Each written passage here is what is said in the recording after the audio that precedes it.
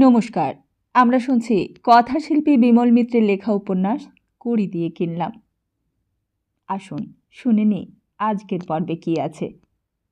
আমরা গত পর্বে ঘোষাল সাহেবকে ছেড়ে এসেছিলাম। প্রশ্ন ছিল, কে এই ঘোষাল সাহেব? দীপঙ্কর কি চিনত ঘোষাল সাহেবকে? বোধহয় না, দীপঙ্করও জানত না। শুনেছিল গাঙ্গুলি বাবুর কাছে। তাহলে চলুন আমরাও শুনে নিই ঘোষাল সাহেবের ইতিহাস। তা সে অনেক দিনের কথা, কিন্তু সবাই জানে না হেড অফিসে কোথা থেকে হাজার কয়েক টাকা জোগাড় করে একদিন মিস্টার এন.কে ঘোষাল লন্ডন শহরে গিয়েছিল।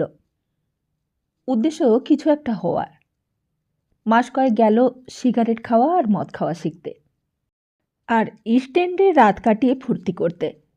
পাড়াগায় ছেলে হঠাৎ বিলেতে গিয়ে যা হয়, স্যুট পরা, ইংরেজি বলা আর রাত্রি বাইরে কাটানোটা শিখতেই হাতের টাকা পয়সা সব শেষ হয়ে গেল। তখন কোথায় যায়, কোথায় খায়, কি উপায়? ফেরবার জাহাজ ভাড়াই বা কোত্থেকে জোটে? ভিক্ষে করা ছাড়া আর কোনো উপায় নেই তখন, কিংবা উপোস করে মরা। কয়েকজন ইন্ডিয়ান ছিল তখন লন্ডনে, তাদের কাছে হাত পাতলে ঘোষাল, কেউ কিছুই দিলে না। শেষে প্রায় মারা যাবার অবস্থা। ঠিক এমন সময় একটা ঘটনা ঘটে গেল, আর সঙ্গে সঙ্গেই ভাগ্য ফিরে গেল ঘোষালের। তখন লন্ডনে রেলওয়ে স্ট্রাইক চলছে। তখন 1926 সাল। সমস্ত স্টাফ স্ট্রাইক করেছে, কেউই কাজ করতে চায় না। সেই সময় ঘোষাল গিয়ে হাজির হলো রেল কোম্পানির অফিসে। তারা জিজ্ঞেস করলে, তুমি কে? ঘোষাল বললে, আমি মিস্টার এন.কে ঘোষাল, ক্যালকাটা ইউনিভার্সিটির গ্র্যাজুয়েট। আমি এখানে ব্যারিস্টারি পড়তে এসেছিলাম। হঠাৎই ইন্ডিয়ায় আমার বাবা মারা যাওয়ায় আমার টাকা আসা বন্ধ হয়ে গেছে। আমি এখন হেল্পলেস। আমি আপনাদের রেলওয়ে স্ট্রাইক পিরিয়ডে কাজ করতে চাই। তা বেশ, তাই হলো। স্ট্রাইক চলল অনেক দিন ধরে। ঘোষাল কাজ করলে প্রাণ দিয়ে, জান দিয়ে। আর তারপর স্ট্রাইক যখন শেষ হয়ে গেল, তখন আবার চাকরি খতম। ঘোষাল আবার গিয়ে দাঁড়ালো রেল কোম্পানির অফিসে। তারা বললে, কি চাও? ঘোষাল বললে, ইন্ডিয়ায় একটা রেলের চাকরি যদি দেন। আমি ক্যালকাটা ইউনিভার্সিটির গ্র্যাজুয়েট। গাঙ্গুলিবাবু বলেছিলেন, তারা তখন একবারও খুঁজে দেখলে না লোকটা সত্যি গ্র্যাজুয়েট কিনা। স্ট্রাইক পিরিয়ডে কাজ করেছে তাতেই খুশি হয়ে একেবারে অ্যাসিস্ট্যান্ট অফিসার করে পাঠিয়ে দিলে এখানে আমাদের হাড় মাস জ্বালাবার জন্য। সে যাই হোক, ঘোষাল সাহেবের ঘর থেকে চলে আসার পরেই চাপরাশি এসে ডাকলে দীপঙ্করকে। বললে, ঘোষাল সাহেব সালাম দেয়া হুজুর। আমাকে? দীপঙ্কর একটু অবাক হয়ে গেল। এই তো এক্ষুনি তো ঘোষাল সাহেবের ঘর থেকে এলো, এরই মধ্যে আবার কি দরকার পড়ল? ঘোষাল সাহেবের ঘরে যেতেই চেহারা থেকে কেমন অবাক হয়ে গেল। এ যেন একেবারে অন্য মানুষ, একেবারে বদলে গেছে মুখের চেহারা।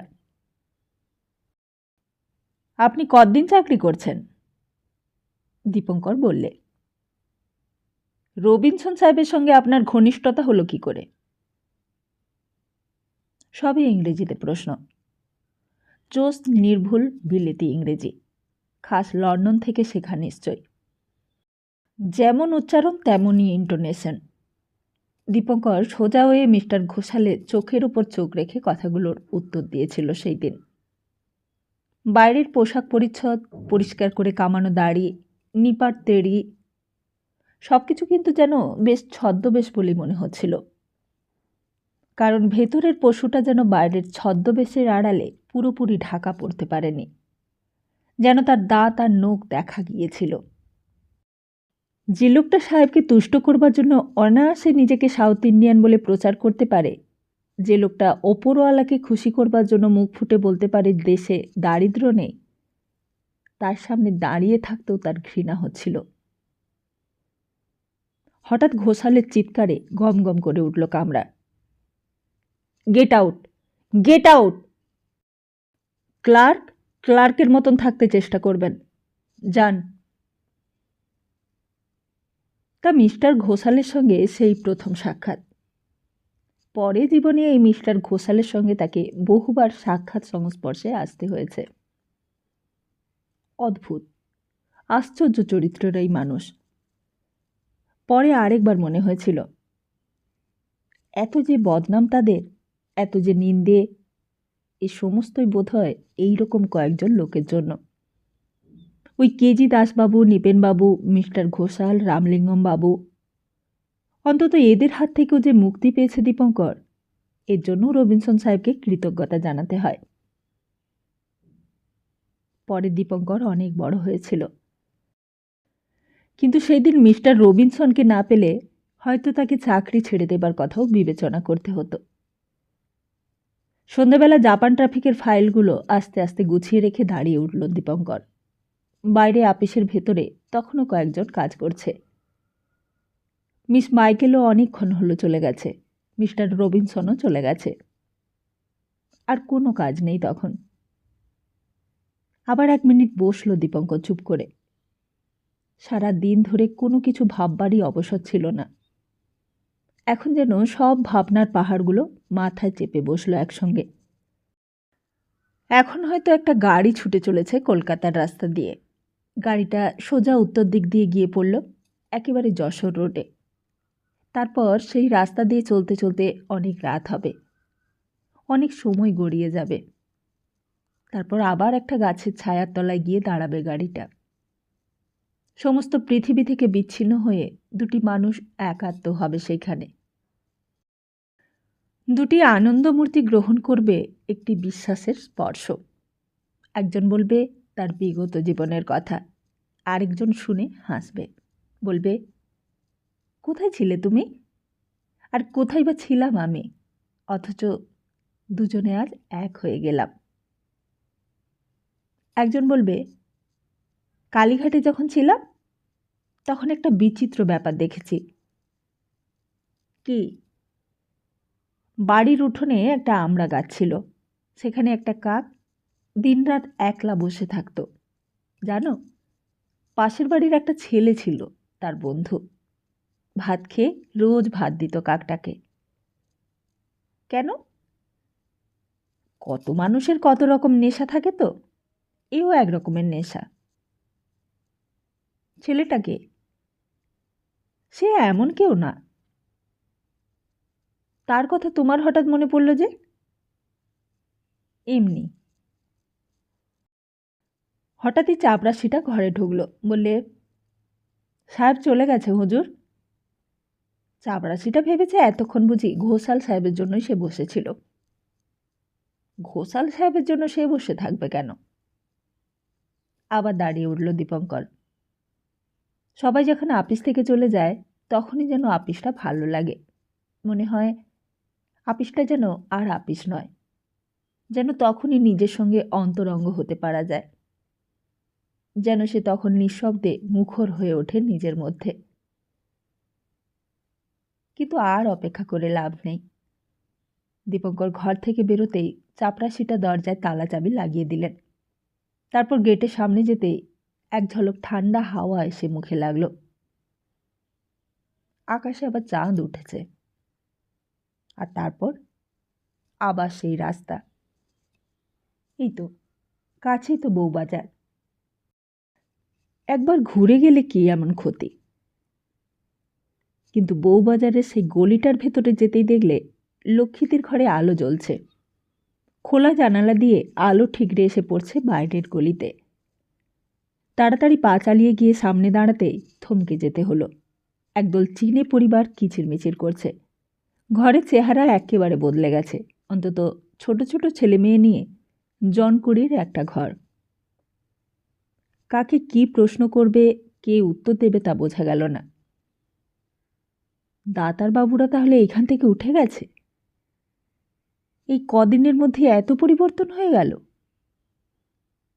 এই কদিন দীপঙ্কর আসতে পারেনি।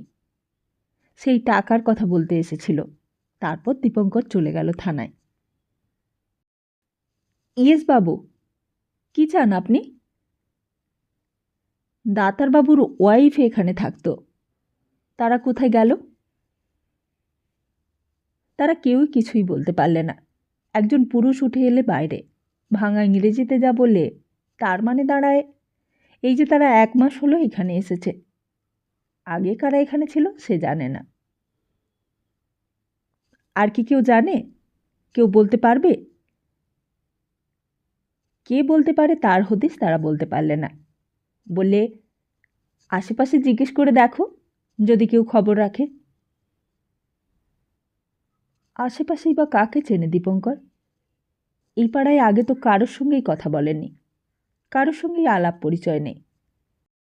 বেশিরভাগ লোকই এখানকার চীন থেকে আমদানি, প্রায় চীনে পাড়াই বলা যায়। একটা ছেলে ছিল যে লক্ষ্মীদের খাবার এনে দিত দোকান থেকে, 5 ফরমাস খাটত লক্ষ্মীদের। তাকেও যদি কোনো রকমের পাওয়া যেত। নো বাবু, আমরা জানি না।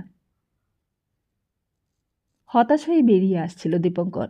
মনে পড়ল সেই আপিসটার কথা, যেই আপিস থেকে প্রথম দিন লক্ষ্মীদের বাড়ির ঠিকানাটা পেয়েছিল। গলির মুখে সিঁড়ি দিয়ে উঠেই ওপরে দাতারবাবুর আপিসটা আবার খুলেছে। ভেতরে উঁকি দিয়ে দেখলে দাতারবাবুর চেয়ারটা দেখা গেল না, দাতারবাবু সেই বন্ধুর চেয়ারটাও দেখা গেল না। আচ্ছা, দাতারবাবুর আপিস এটা? মিস্টার এস দাতার? দুজন লোক ভেতরে ছিল। একজন জিজ্ঞেস করলে, আপনি কে? কোথা থেকে আসছেন? আমি তার সঙ্গে দেখা করতে এসেছি। তিনি আমার বিশেষ চেনা লোক। তিনি কোথায় বলতে পারেন? ভদ্রলোক বললে, ভেতরে গলির মধ্যে একটা হলদে রঙের একতলা বাড়ি, সেখানেই তার ফ্যামিলি থাকে। সেখানে নেই, আমি এক্ষুনি দেখে এলাম। কি দরকার আপনার? দীপঙ্কর বললে, কোনো দরকার নেই, আসলে অনেক দিন দেখা হয়নি তো, তাই দেখা করতে এলাম। আমি এই কাছেই অফিসে চাকরি করি। মাফ করবেন, আমরা আর কোনো খবর বলতে পারবো না। এই বলে ভদ্রলোক আবার নিজের কাজে মন দিলে। দীপঙ্কর আরও কিছুক্ষণ দাঁড়িয়ে রইল বিভ্রান্ত হয়ে। কোথায় গেল লক্ষ্মীদি? আর কোথায় বা গেল দাতারবাবু? আবার রাস্তায় এসে দাঁড়ালো দীপঙ্কর। সবাই যেন তার সঙ্গে ষড়যন্ত্র করছে। তখন এই একটা আশ্রয়স্থলই ছিল তার। এই এখানে এলেই যা কিছু একটু আনন্দের খোরাক তার মজুদ ছিল। এটাও গেল। এটা সত্যিই চলে গেলে সম্পূর্ণ নিঃশেষ হয়ে যাবে সে। আর কি বা আছে?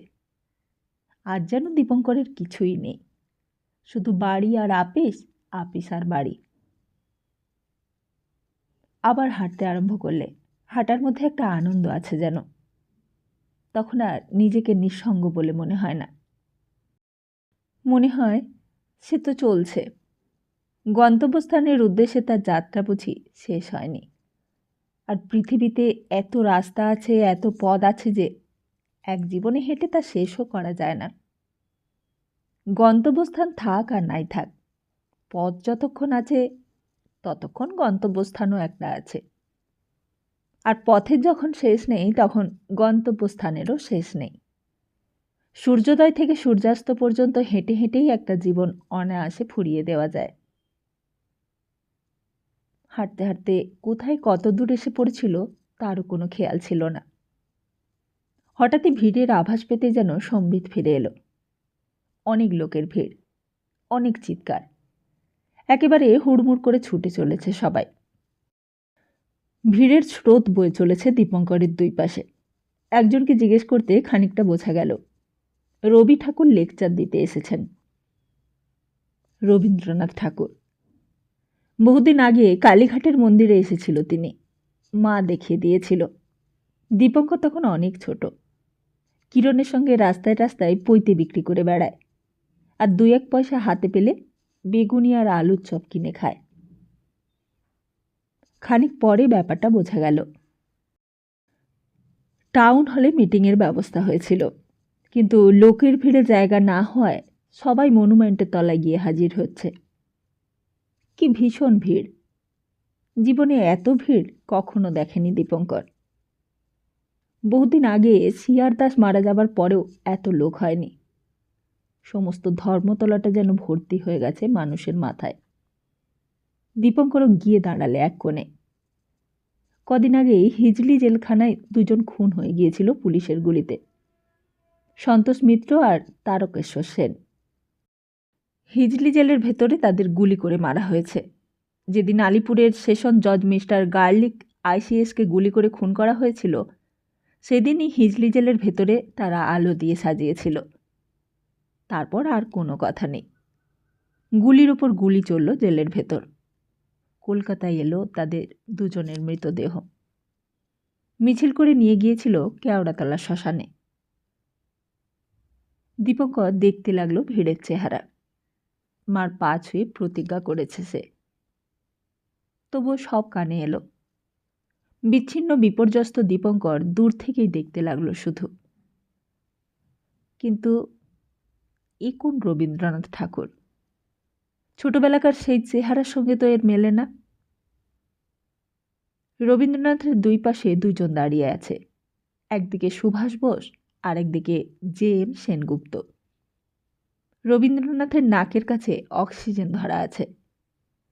রবীন্দ্রনাথ বলতে লাগলেন, প্রথমেই বলে রাখা ভালো, আমি রাষ্ট্রনেতা নই।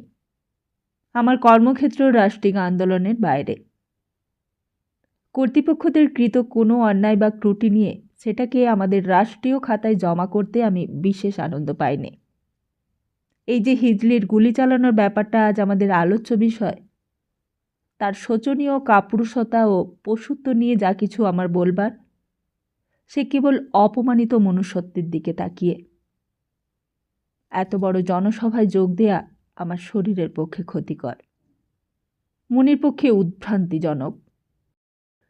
কিন্তু যখন ডাক পড়ল, থাকতে পারলাম না। ডাক এলো সেই পীড়িতদের কাছ থেকে। রক্ষক নামধারীরা যাদের কণ্ঠস্বরকে নরাঘাত নিষ্ঠুরতার দ্বারা চিরদিনের মতো নীরব করে দিয়েছে। প্রচুর হাততালি উঠল। খানিকক্ষণ আর কোনো কথাই শোনা গেল না। আবার অনেক পরে শোনা গেল, যেখানে নির্বিবেচক অপমান ও অপঘাতে পীড়িত হওয়া দেশের লোকের পক্ষে এত সহজ, অথচ যেখানে যথোচিত বিচারের ও অন্যায়ের প্রতিকারের আশা এত বাধাগ্রস্ত, সেখানে প্রজারক্ষার দায়িত্ব যাদের ওপরে, সেই সব শাসনকর্তার এবং তাদেরই আত্মীয় কুটুম্বদের শ্রেয়োবুদ্ধি কলুষিত হবেই, এবং সেইখানে ভদ্রজাতীয় রাষ্ট্রবিধির ভিত্তি জীর্ণ না হয়ে থাকতে পারে না। আবার হাততালি পড়তে লাগল। কবি যেন এইবার উত্তেজিত হয়ে উঠলেন। বলতে লাগলেন, প্রজাকে পীড়ন স্বীকার করে নিতে বাধ্য করা রাজার পক্ষে কঠিন না হতে পারে, কিন্তু বিধিদত্ত অধিকার নিয়ে প্রজার মন যখন স্বয়ং রাজাকে বিচার করে, তখন তাকে নিরস্ত করতে পারে কোন শক্তি? দীপঙ্কর দাঁড়িয়ে দাঁড়িয়ে অনেকক্ষণ শুনতে লাগল। মনে হলো এই কথা শোনবার অধিকারও যেন তার মা হরণ করে নিয়েছে। সবটা শোনাও হলো না। তাড়াতাড়ি ভিড় থেকে সরে বেরিয়ে এলো দীপঙ্কর। আজ এই লক্ষ লক্ষ লোকের ভিড়ের মধ্যেও দীপঙ্কর যেন অপাংতেয় হয়ে রইল। সে যেন অস্পৃশ্য এদের চোখে। আবার হাঁটা, আবার তাকে হাঁটতে হবে। হাঁটা পথের শেষে যেন দীপঙ্কর তার গন্তব্যস্থানের নির্দেশটুকু পেয়ে যেতে পারে। পেছনে যেন এক মহাসমুদ্রের গর্জন, সেই দিকে চেয়ে দেখবারও অধিকার তার নেই। সমস্ত পৃথিবী থেকে যেন তার নির্বাসন হয়ে গেছে কাল থেকে। সে যেন শুধুই জাপান ট্রাফিকের কাজ করবার জন্যই জন্মেছে পৃথিবীতে। সে যেন রবিনসন সাহেবের আর ঘোষাল সাহেবের খবরদারি করবার জন্যই বেঁচে আছে। আপিসের কথাটা মনে পড়তেই যেন সমস্ত মনটা আবার বিষিয়ে উঠল। তাড়াতাড়ি বাড়ি এসে পৌঁছতেই মা এলো। আজকে মাকে যেন অনেক ভালো লাগছে। মা যেন সুস্থ হয়ে গেছে আরও। তবু মার দিকে দীপঙ্কর সেই আগেকার দৃষ্টি নিয়ে আর যেন চাইতে পারলে না।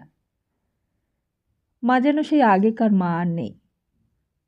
দীপঙ্করের কাছেও যেন মা তার ছোট হয়ে গেছে।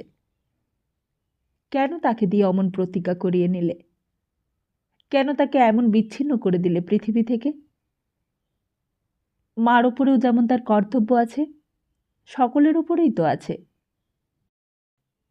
এই চারিপাশের পৃথিবীও তো তার আপনার। মা বললে, কি রে, অমন দেখাচ্ছে কেন তোকে? খুব খাটুনি গেছে আপিসে? দীপঙ্কর শুধু বললে, না। মা বললে, সাহেব বকেছে বুঝি তবে? দীপঙ্করের কেমন যেন রাগ হয়ে গেল। বললে, তুমি চুপ করো তো মা, সাহেব বকতে যাবে কেন মিছিমিছি? মা আর কোনো কথা বললে না। দীপঙ্কর বিছানায় গিয়ে গড়িয়ে পড়ল। এই সংসারের কোনো কাজেই লাগবে না যখন সে, তখন তো তার আর কিছুই করবার নেই। সত্যি, তার যেন আর কিছুই করবার নেই। এইবার থেকে শুধু সকাল থেকে আপিসে যাবে আর বিকেলবেলা বাড়ি এসে বিছানায় শুয়ে গড়াবে। এই 19-এর একের বীর অন্ধকারের সংকীর্ণ পরিধিতে সে নিঃশ্বাস গ্রহণ করবে আর নিঃশ্বাস ত্যাগ করবে। মা আবার ঘরে ঢুকল। একটা চিঠি এগিয়ে দিয়ে বললে, এই নাও, তোমার একটা চিঠি এসেছে। চিঠি? দীপঙ্কর তড়াক করে উঠে বসল বিছানার ওপর। চিঠি তো তার একটা বড় আসে না, চিঠি তো তাকে কেউ লিখবার নেই। দুই হাতে খামটার মুখটা ছিঁড়ে চিঠিটা বার করলে দীপঙ্কর। বার করে রুদ্ধ নিঃশ্বাসে পড়তে লাগল। লক্ষ্মীদির চিঠি। লক্ষ্মীদি লিখেছে, দীপু, অনেক দিন তুমি আসনি, আমি এখনও কলকাতায় আছি। তুমি বোধহয় বউবাজারের ঠিকানায় গিয়ে আমাকে না পেয়ে ফিরে গেছো। আমি এখন ওপরের ঠিকানায় আছি। তুমি চাকরি করছো বলেছিলে, সেজন্যই আমি আর তোমাকে বিরক্ত করিনি। অনেকদিন কারুর কোনো খবর পাই না। যদি সময় করতে পারো, আমার ওপরের ঠিকানায় একবার এসো। তোমার সঙ্গে দেখা হলে খুশি হব। তোমার লক্ষ্মীদি। মা বললে, কার চিঠি রে দীপু? আপিসের? দীপঙ্কর তখনও এক মনে পড়ে চলেছে। একবার পড়া হয়ে গেছে, আবার পড়ছে। চুনমুনি ওই দিক থেকে চিৎকার করে উঠল, ও দিদি, এইদিকে তোমার ডাল পুড়ে যাচ্ছে যে। তাড়াতাড়িতে মা চলে গেল। এতদিন পর যেন মা আবার আশা পেয়েছে মনে মনে। এবার আর কোনো ভয় নেই, কোনো আশঙ্কা নেই। দীপুকে এইবার সব ছোঁয়া থেকে মুক্ত করতে পেরেছে মা। দীপু মার পা ছুঁয়ে প্রতিজ্ঞা করেছে আর কোনো দিনও স্বদেশী করবে না। এইবার শুধু একটা বাড়ি ভাড়া নিয়ে চলে যাবে এখান থেকে। তার আগে বিন্তিদের একটা বিয়ে দিতে পারলে সব দায় দায়িত্ব মিটে যায়। পাশের বাড়িটা অন্ধকার হয়ে পড়ে আছে। অনেকদিন ভাড়াটে আসে না বলে অঘর ভট্টাচার্যও যেন অধৈর্য হয়ে পড়েছে। বাড়ি ভাড়া সাইনবোর্ডটা ঝুলছে, তবুও লোক আসে না। মাত্র 20 টাকা। এই বাড়ির জন্য 20টা টাকা। 20টা টাকা মাসে মাসে কে গুনতে পারে? কার এত ক্ষমতা? কজন লোক আছে কলকাতায় যে 20 টাকা ভাড়া দেবে মাসে মাসে? যারা আসে তারা কেউ কেউ বলে 15 টাকা হলে নিতে পারি, 20 টাকা বড় বেশি মশায়। অঘর ভট্টাচার্য বলে, তবে পড়ে থাক, ও তো আর মাছ নয় যে পচে গন্ধ বেরোবে হে। দীপঙ্করের মা বলতো, তা দিয়ে দিন না বাবা 15 টাকাতেই ভাড়াটা। অঘর ভট্টাচার্য রেগে যেত, বলে, কেন দেব? আমার কি টাকা সস্তা? আমার কি টাকার গাছ আছে বাড়িতে? নাড়া দেব আর ঝরে ঝরে পড়বে মেয়ে? তাই এই কথার উত্তর দেওয়া চলে না। তবু মনে হয় বাড়িটায় লোক এলে যেন ভালো হতো। তারা বেশ ছিল। মেয়েটা আসতো, মাসিমা বলে ডাকতো, বিন্তিকে দেখতে এলে নিজের গয়না দিয়ে সাজিয়ে দিত। কোথায় যে চলে গেল সেই মেয়ে? বাপ হয়তো বর্মা থেকে এসে নিয়ে গেছে। মা? দীপঙ্কর এসে একেবারে রান্নাঘরের সামনে দাঁড়িয়েছে। বললে, ভাত হয়েছে নাকি? কেন রে, এত সকাল সকাল ভাত কেন রে? কোথাও যাবি? হ্যাঁ। মা বললে, তা অফিস থেকে এই খেটে খুটে এলি, আবার এক্ষুনি কোথায় যাবি? কেউ ডাকতে এসেছে বুঝি? দীপঙ্কর বললে, না, কেউ ডাকতে আসেনি। কিচ্ছু বিশ্বাস নেই, যেসব বন্ধু জুটেছে, সময় নেই অসময় নেই ডাকলেই হলো। দীপঙ্করের মুখ দিয়ে এর কোনো জবাব বেরোল না। বললে, তুমি ভাত দেবে তো দাও, নইলে আমি না খেয়েই যাব, এসে খাবো ক্ষণ। কেন রে, কি এমন জরুরি রাজকার্য এসে গেল যে এক্ষুনি না গেলেই নয়? এত রাতে আবার কোথায় বেরোবি? তা সব কথা তোমায় বলতে হবে নাকি? মা যেন ছেলের কথায় একটু অবাক হয়ে গেল। এমন করে তো দীপু কখনো কথা বলে না, এমন সুরে তো আগে কখনো কথা বলেনি মার সঙ্গে। মা চেয়ে দেখলে ছেলের মুখের দিকে। কি একটা বলতে গিয়েও যেন মার মুখ দিয়ে কথা বেরোল না। দীপুর মুখের দিকে চেয়ে মার হঠাৎ মনে হলো দীপু যেন এখন বড় হয়ে গেছে। এখন যেন দীপুকে আর আগেকার মতো শাসন দিয়ে বেঁধে রাখা যাবে না। দীপুরও একটা নিজস্ব মত বলে জিনিস তৈরি হয়েছে। দীপু এখন সত্যিই সাবালক। দীপু একেবারে জামা টামা পরেই তৈরি, সত্যি যেন সে বেরোবে বলেই তৈরি হয়ে এসেছে। বললে, তাহলে একেবারে ফিরে এসেই খাবো, যদি আমার ফিরতে দেরি হয় খাবার ঢেকে রেখে দিও। মা বললে, কিন্তু এত রাত্রিরে কোথায় যাবি তুই যে ফিরতে দেরি হবে? সে অনেক দূর। তা এত রাত্রিরে অনেক দূরে নাই বা গেলি? আবার বুঝি সেই স্বদেশী দলে মিশছিস? দীপঙ্কর এইবার সত্যি একটু রেগে গেল। বললে, মা, কাল তোমার না পা ছুঁয়ে আমি প্রতিজ্ঞা করেছি যে স্বদেশী আর করব না, তবুও তোমার বিশ্বাস হলো না?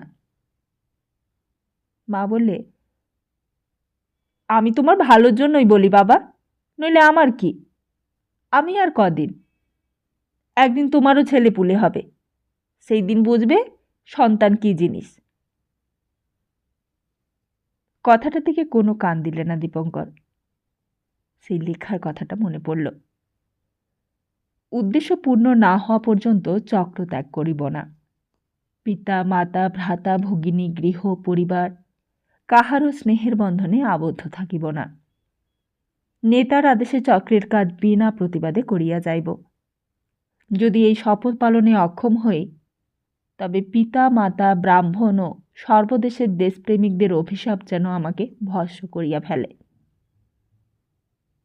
দেখিস যেন বেশি রাত করিস না আবার, তুই বাড়িতে না এলে আমার ঘুম আসবে না। এতদিন সংসারের কাছ থেকে কেবলই বাধাই পেয়ে এসেছে দীপঙ্কর, প্রতি পদে পদে বাধা। কোনো কাজই স্বাধীনভাবে করতে দেয়নি মা। ছোটবেলা থেকে শুরু করে চিরকাল কেবলই নিষেধ আর বারণ। নিষেধের আর বারণের বেড়াজালে ঘিরে রেখেছে তাকে। তাই বোধহয় দীপঙ্কর শান্তি চেয়েও শান্তি পায়নি কোথাও। সংসারের কোথাও একটু আশ্রয় জোটেনি তার। আপিসের রবিনসন সাহেবের আশ্রয়ের মধ্যেও এসেও মিস্টার ঘোষালের দৌরাত্ম্য তাই বোধহয় তাকে বিচলিত করেছে। তাই হয়তো বাইরে কিরণের সঙ্গে মিশে কিরণের সহচর্য পেয়ে কিরণকে পুরোপুরি বিশ্বাস করতে পারেনি। তাই বোধহয় সত্যি তাকে সন্দেহ করে এসেছে। তাই বোধহয় লক্ষ্মী দিয়ে এতদিন তাকে দূরে ঠেলে রেখেছে। সত্যি অনেক দূর। পকেট থেকে চিঠিটা বার করে আবার ঠিকানাটা দেখে নিলে দীপঙ্কর। একেবারে বালিগঞ্জের শেষ প্রান্তে। গড়িয়াহাটার মোড় পর্যন্ত ট্রাম, তারপর পায়ে হাঁটা। একেবারে সোজা দক্ষিণ দিকে হেঁটে হেঁটে চলল দীপঙ্কর। দু একটা ছাড়া ছাড়া বাড়ি, একেবারে অন্যরকম চেহারা হয়ে গেছে এই দিকটা। একটা লে হচ্ছে এই দিকে, গাছে গাছে ভর্তি, লম্বা লম্বা তার গাছের জঙ্গল। কয়েকটা বাড়িও উঠেছে, এখনো জঙ্গল সাফ হয়নি ভালো করে। রাস্তা দিয়ে মোষের গাড়ি চলেছে, সার ক্রমে রাস্তার আলো কমে এলো। কয়েকটা মুদিখানার দোকান, তারপর বাঁ দিকে জলাজমি, জলের উপর কচুরিপানার ভিড়। চলতে চলতে একেবারে গড়িয়াহাটা রেলের লেভেল ক্রসিংয়ের উপর গিয়ে পড়ল। এইখানে রেলের লাইনটা উত্তর দিক থেকে বেঁকে এসে সোজা পশ্চিম দিকে চলে গেছে। গেটটা বন্ধ লেভেল ক্রসিংটার সামনে সার মোষের গাড়ি দাঁড়িয়ে আছে। একটা লাল আলো জ্বলছে গেটের গায়ে।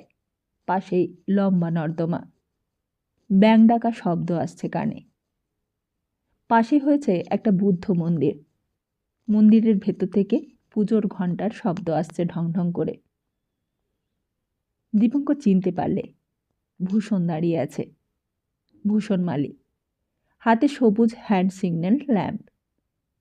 রেলের গুমটিওয়ালা, গেটম্যান। মাঝে মাঝে দুই একবার ভূষণ গেছে হেড অফিসে। অনেক দিনের গেটম্যান। কোনো অ্যাক্সিডেন্ট হলে সাক্ষী দিতে যায় ভূষণ। ঘোষাল সাহেবের কাছে গিয়ে দরবার করে।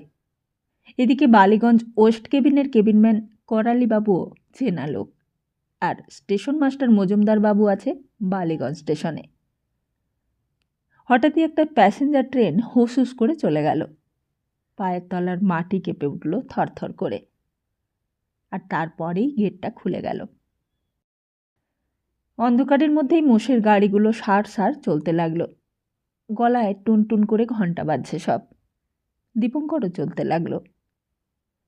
এখন ভূষণের সঙ্গে দেখা করার কোনো দরকার নেই। ভূষণ দেখলেই সেলাম করবে, রবিনসন সাহেবের কথা জিজ্ঞেস করবে, ঘোষাল সাহেবের কথা জিজ্ঞেস করবে, অনেক বাজে কথা বকবক করবে। দীপঙ্কর গাড়িগুলো পাশ কাটিয়ে একেবারে লাইনের ওপারে গিয়ে পড়ল। তারপর পকেট থেকে চিঠিটা আবার বার করলে। একটা আলোর তলায় ঠিকানাটা পড়ে নিয়ে আবার চিঠিটা পকেটে রেখে দিলে।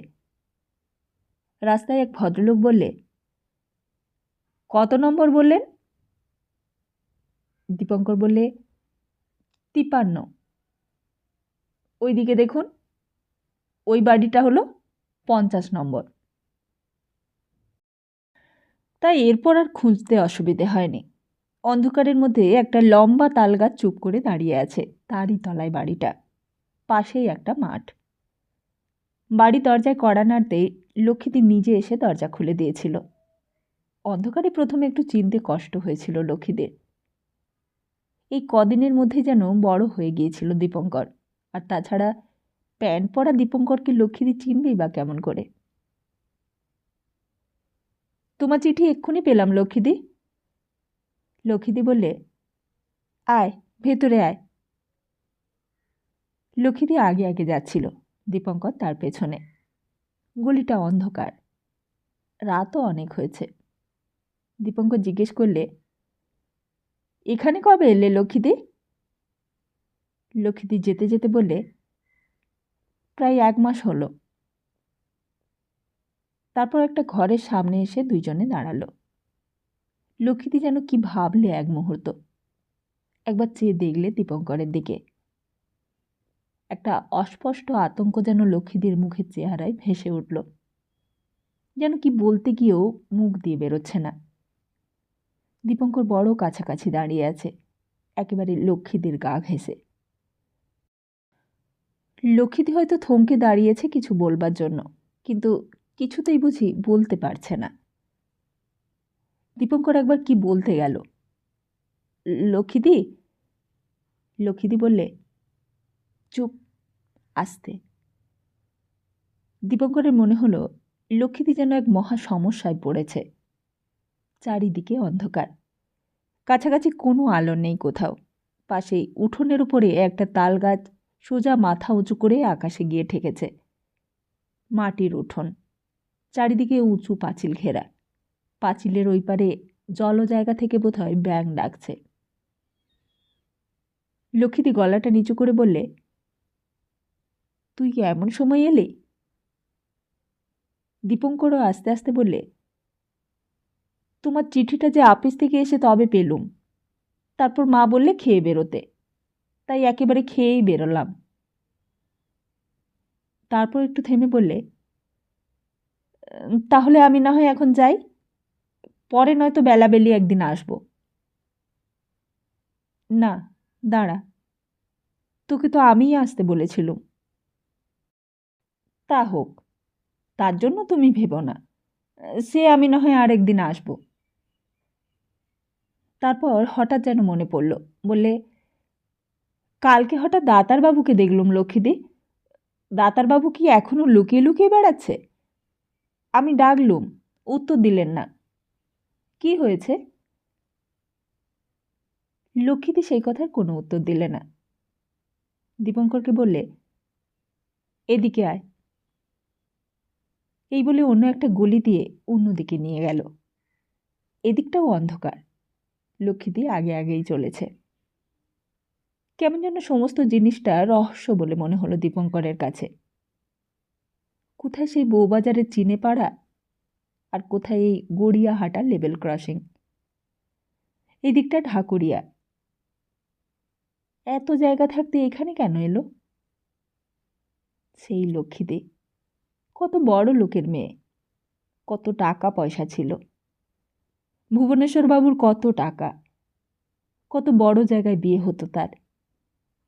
সতীর মতোই কত বড় লোকের বাড়িতে বিয়ে হতো। সতীর বিয়ের দিনেও যেমন গাড়ি সার দিয়ে দাঁড়িয়েছিল প্রিয়নাথ মল্লিক রোডে, লক্ষ্মীদের বিয়েতেও তাই হতো। বড় বড় লোক দামি দামি গাড়ি চড়ে আসত। রায়বাহাদুর নলিনী মজুমদার আসত। লক্ষ্মীদি একটা জানালার সামনে এসে দাঁড়ালো। জানালাটা খোলা। ভেতরের দিকে আঙুল দিয়ে দেখালে, বলে, ওই দেখ। দীপঙ্কর দেখলে। কালকে অন্ধকারে ভালো করে দেখা যায়নি। ঘরে টিমটিম করে একটা হ্যারিকেন জ্বলছে। একটা তক্তপোষের ওপর শুয়ে রয়েছে দাতারবাবু। বড় অসহায় মুখটা, যেন অনেক যুদ্ধ করে অনেক আঘাত পাবার পর ক্লান্তিতে একটু ঘুমিয়েছে এখন, আবার যেন এক্ষুনি জেগে উঠবে। দীপঙ্কর অনেকক্ষণ ধরে দেখতে লাগলো। সেই শৌখিন মানুষটা কোট প্যান্ট টাই পরে ট্যাক্সি চড়ে ভোরবেলা কালী মন্দিরে আসত শুধু লক্ষ্মীদির একটা চিঠির জন্য। সিগারেটও খেত। কোথায় ভারতবর্ষের কোন পশ্চিম প্রান্তের কোন জনপদের অধিবাসী। অন্য আত্মীয় স্বজন বন্ধুবান্ধব থেকে বিচ্ছিন্ন হয়ে ভাগ্যান্বেষণে সমুদ্র পেরিয়ে কোন সুদূর দেশে গিয়ে পৌঁছেছিল। সেইখানে দাতারবাবু প্রতিপত্তি করেছিল, প্রতিষ্ঠা করেছিল, নিজের পায়ে নিজে দাঁড়িয়েছিল। কিন্তু ভাগ্যের কোন ষড়যন্ত্রের ফলে বুঝি লক্ষ্মীদের সঙ্গে দেখা হয়ে গিয়েছিল কোনো অশুভ মুহূর্তে। তখন অর্থ, প্রতিপত্তি, প্রতিষ্ঠা সব কিছুই নিরর্থক বলে মনে হয়েছিল তার কাছে। একদিন লক্ষ্মীদের সঙ্গে সঙ্গে দাতারবাবুও চলে এলো কলকাতায়। আর তারপর জীবনে নতুন করে যখন আবার প্রতিষ্ঠার স্বর্ণসূত্র আবিষ্কার করেছে, ঠিক সেই সময় কিনা এলো পরিহাস। পৃথিবীর প্রথম ট্রেড ডিপ্রেশন। আবার অর্থ গেল, প্রতিষ্ঠা গেল, প্রতিপত্তি গেল। আবার লুকিয়ে লুকিয়ে গা ঢাকা দিয়ে বেড়াতে হলো রাস্তায় রাস্তায়। দেনায় দুর্দশায় মাথার চুল পর্যন্ত বিক্রি হয়ে গেল দাতারবাবুর। লক্ষ্মীদি সরে এলো, বললে, আজকে অনেক কষ্টে ঘুম পাড়িয়েছি, মোটেই ঘুম নেই চোখে। চেহারাটা কি হয়েছে দেখেছিস? দীপঙ্কর বললে, আমি ভেবেছিলাম তোমার সেই ৬,০০০ টাকা জোগাড় করতে পারবো। সত্যি রাজিও হয়েছিল, কিন্তু সব গোলমাল হয়ে গেল। তারপর দীপঙ্কর নিজের কথাগুলো বললে, কেমন করে এই কয়দিন কেটেছে, কেমন করে পুলিশের লকআপের মধ্যে থাকতে হয়েছিল। সতীর বিয়ে হওয়ার দিন কেমন করে সে গিয়ে দাঁড়িয়েছিল তার শ্বশুরবাড়ি প্রিয়নাথ মল্লিক রোডে। লক্ষ্মীদি সব কথা মন দিয়ে শুনলে। দীপঙ্কর বললে, আর তাছাড়া আরও অনেক সব এমন ঘটনা ঘটে গেল যার জন্য তোমার খবরই নিতে পারিনি। আর আপিসের কাজও রয়েছে। লক্ষ্মীদি বললে, তোরও চেহারাটা অনেকটা বদলে গেছে, আর সেই আগেকার ছেলে মানুষটি নেই। দীপঙ্কর কথাটা শুনে হাসল।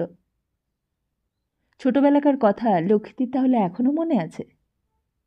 সেই চকলেট ঘুষ দেওয়া, সেই চড় মারা, সেই চা খেতে শেখা প্রথম লক্ষ্মীদির কাছে। লক্ষ্মীদি প্রথম দীপঙ্করকে চা খাইয়েছিল একদিন। সত্যি, সেসব দিনের কথা ভাবলে দীপঙ্কর এখনো হাসে, এখনো হাসি পায় তার। এই ঘটনার অনেক দিন পর যখন লক্ষ্মীদির কথা মনে পড়ত, দীপঙ্করের তখন আরও হাসি পেত। ছোটবেলায় গরিব ছিল বলেই দীপঙ্করের মনে হতো যখন চাকরি হবে, তার প্রতিষ্ঠা হবে, তখন হয়তো কোনো দুঃখই তার আর থাকবে না। মনে হতো পৃথিবীর যত অর্থবান লোকই বুঝি সুখী, শুধু তারই অর্থ নেই। পরে দানের ওপর নির্ভর করতে হয় বলেই তার এত কষ্ট। কিন্তু লক্ষ্মীদি কেন তার বাবার এত ঐশ্বর্য ছেড়ে এমন করে দাতার বাবুর সঙ্গে দিন কাটাচ্ছে? যার আছে সে কেন ত্যাগ করে? কিসের সন্ধানে ত্যাগ করে? যখন আরও উন্নতি হয়েছে চাকরিতে দীপঙ্করের, যখন সমস্ত আপিসশুদ্ধ লোক দীপঙ্করকে সম্মান দিয়ে, খাতির দিয়ে অভ্যর্থনা করেছে, সেন সাহেবের এক কোণা কৃপাদৃষ্টি পাবার জন্য লালায়িত হয়েছে, তখনও দীপঙ্করের অন্তরের দারিদ্রতার সন্ধান তারা রাখেনি। তারা দেখেছে সেন সাহেবের পদমর্যাদা, সেন সাহেবের মাইনে, সেন সাহেবের উজ্জ্বল ভবিষ্যৎ। কিন্তু তারা আপিসে সেই কেজি দাসবাবু, সেই রামলিঙ্গম বাবু, গাঙ্গুলি বাবু, তারা কি জানত এক মুহূর্তের শান্তির জন্য তাদের সেন সাহেব তার পদমর্যাদা, সম্মান, অর্থ, বিত্ত সমস্তই পদদলিত করতে পারে? কিন্তু সে কথা পরে হবে। লক্ষ্মীদির জীবনেই বা কিসের অভাব ছিল? অর্থ। সে তো লক্ষ্মীদিকে কখনোই আকর্ষণ করেনি। লক্ষ্মীদির রূপ ছিল, স্বাস্থ্য ছিল, গুণ ছিল, লেখাপড়া জানা ছিল, সবই ছিল। বাপের স্নেহ, বোনের ভালোবাসাও ছিল। সামনে উজ্জ্বল ভবিষ্যৎও ছিল। আর ভুবনেশ্বর বাবু কি না করতে পারতেন মেয়ের জন্য। একদিন ভুবনেশ্বর বাবুর মৃত্যুর পর লক্ষ্মীদি তো তার অর্ধেক সম্পত্তির উত্তরাধিকারিণী হতো। ভুবনেশ্বর বাবু তো মেয়েদের মুখের দিকে চেয়েই দ্বিতীয়বার বিয়ে করেননি। ভেবেছিলেন বড় হয়ে মেয়েরা বাবার অবিমৃষ্যকারিতায় একদিন মনে মনে অপরাধ নেবে, তখন তিনি কি বলে নিজের কাজের জবাবদিহি করবেন। বহুদিন পর দীপঙ্কর একদিন লক্ষ্মীদিকে জিজ্ঞেস করেছিল, এই লোভ তুমি কেমন করে ছাড়লে লক্ষ্মীদি?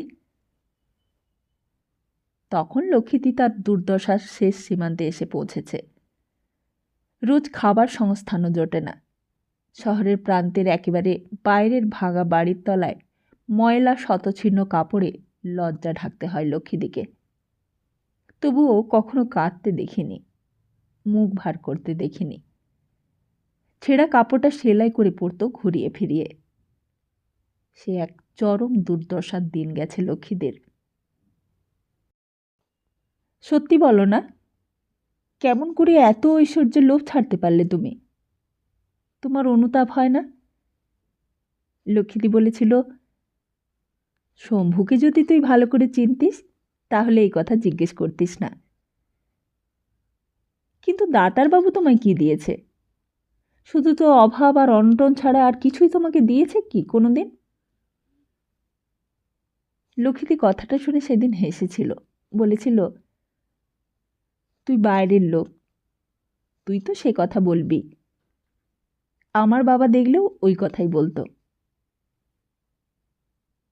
কিন্তু দাতার বাবু কি সত্যি তোমায় ভালোবাসে? ভালো না বাসলে অত সন্দেহ করে কেন, দেখতে পাস না?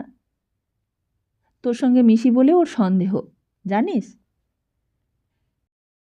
সে এক অসহ্য অবস্থা দাতার বাবু তখন। লক্ষ্মীদির সেসব দিনকার কথা ভাবলে আতঙ্ক হয় দীপঙ্করের। লক্ষ্মীদিকে দেখেই দীপঙ্কর নিজেকে যেন নতুন করে চিনতে পেরেছিল।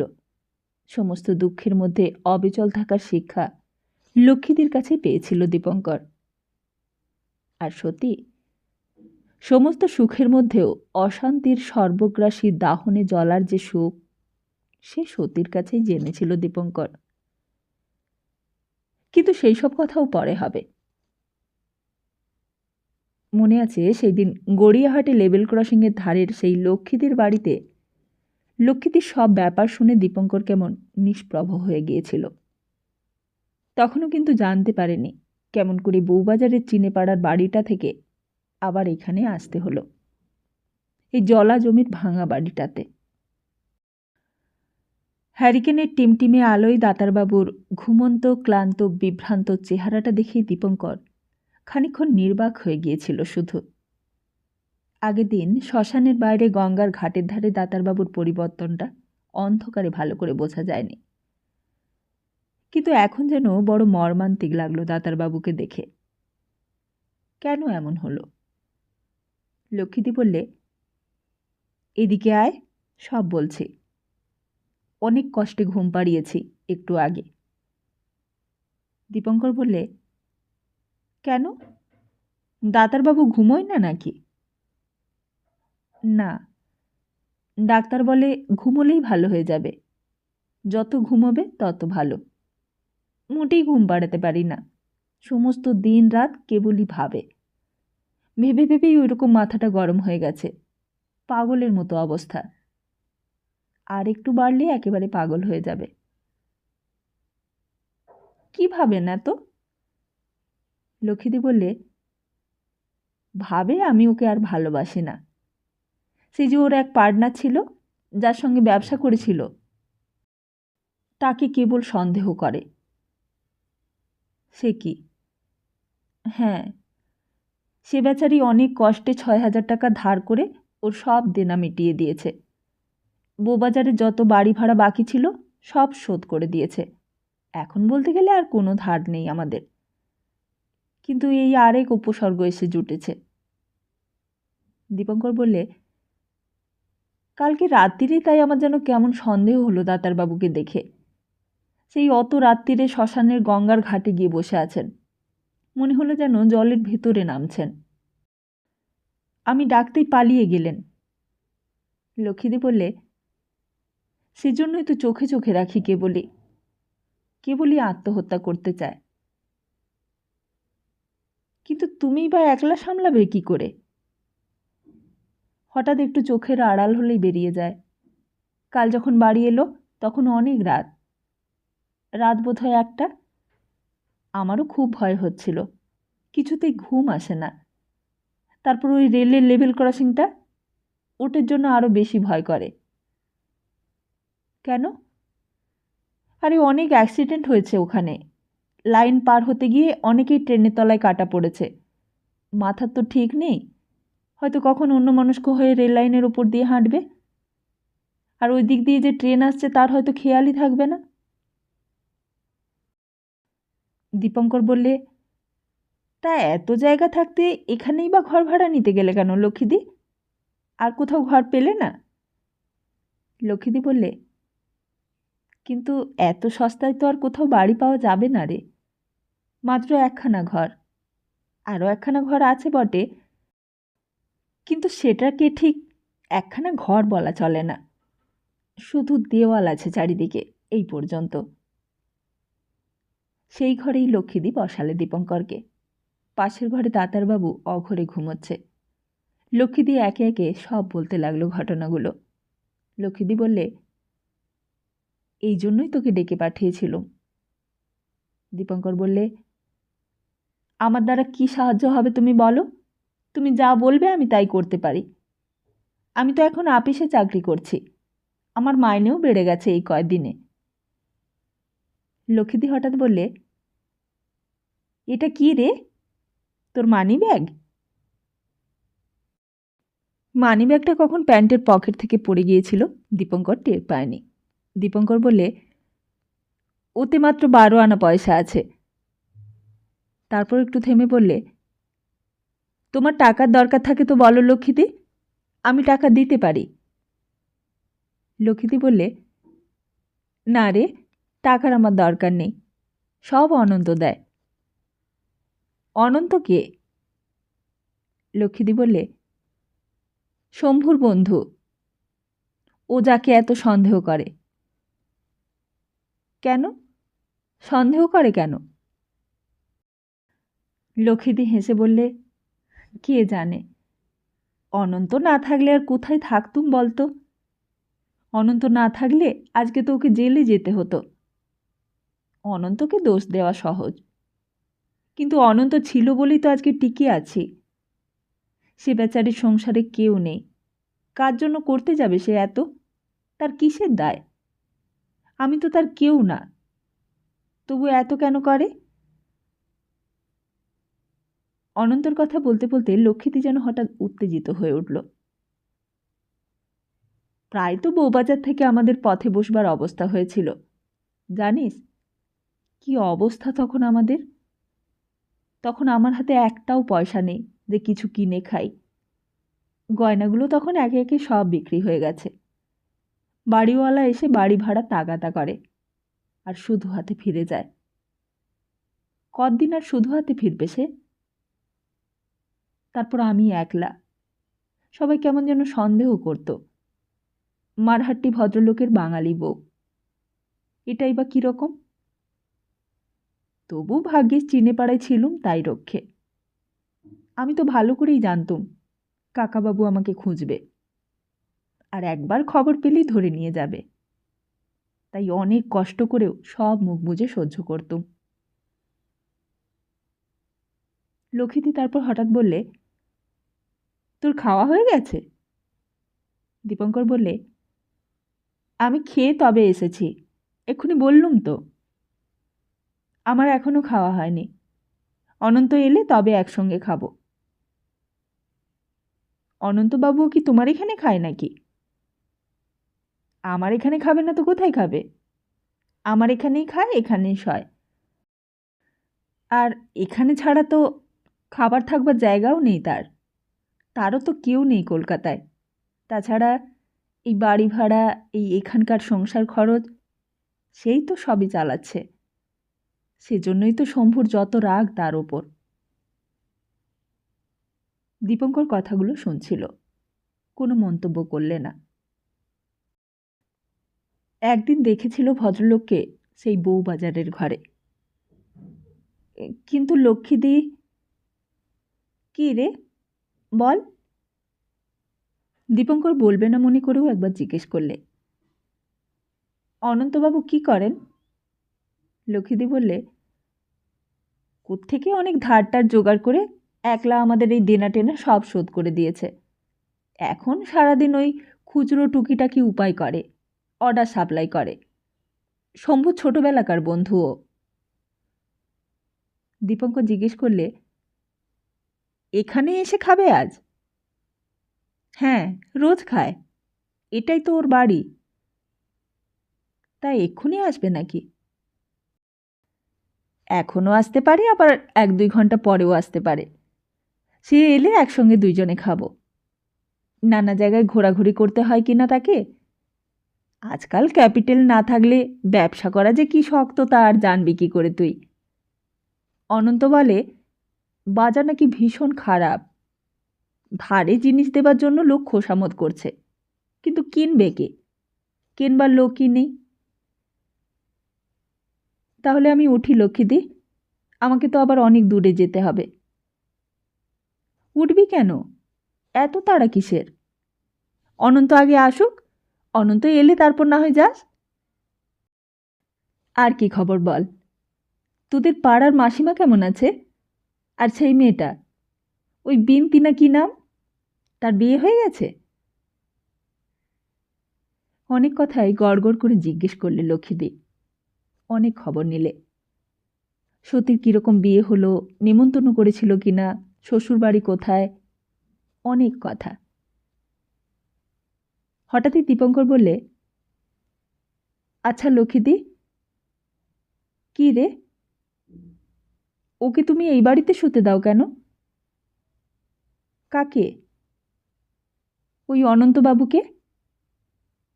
হাজার বন্ধু হলেও এক বাড়িতে শোয়া কি ভালো? দাতারবাবুর অসুখ, আর অসুখটা তো ওই জন্যই, ওই অনন্তবাবুর জন্যই। অনন্তবাবুকে তুমি অন্য বাড়িতে শুতে বলতে পারো না? এখানে খেলে দোষ নেই, কিন্তু শোয়ার দরকারটা কি? তারপর একটু থেমে বললে, কোথায় শয়ে অনন্তবাবু? কোন ঘরে? এই তক্তপোষের ওপর। এটা তো অনন্তরই ঘর। আর তুমি? তুমি কোথায় সব? হঠাৎই বাইরে কড়া নাড়ার আওয়াজ হলো। লক্ষ্মীদি উঠল, বললে, ওই অনন্ত বোধহয় এসেছে। লক্ষ্মীদি দরজা খুলতে যাচ্ছিল। দীপঙ্কর বললে, তাহলে আমি এখন আসি, অনেক রাত হয়ে গেল। না না, বস, অনন্তর সঙ্গে দেখা করে যা। অনন্তর সঙ্গে দেখা করবার জন্যই তোকে ডেকে পাঠিয়েছি। এই বলে লক্ষ্মীদি গলি দিয়ে গিয়ে দরজাটা খুলে দিতে গেল। রাত তখন অনেক হয়েছে, আর বেশিক্ষণ দেরি করা চলে না। সেদিন দীপঙ্করের মনে হয়েছিল লক্ষ্মীদি যেন বড় অন্যায় করছে, আর শুধু অন্যায় নয়, অপব্যয় করছে নিজেকে। অথচ লক্ষ্মীদির যা বুদ্ধি, তাতে যেন এমনভাবে অব্যাজ্ঞাত জীবনযাপন করা তার পক্ষে অন্যায়। এমন করে এই অন্ধকার শহরের প্রান্তে একলা বিচ্ছিন্ন জীবন যেন লক্ষ্মীদিকে মানায় না।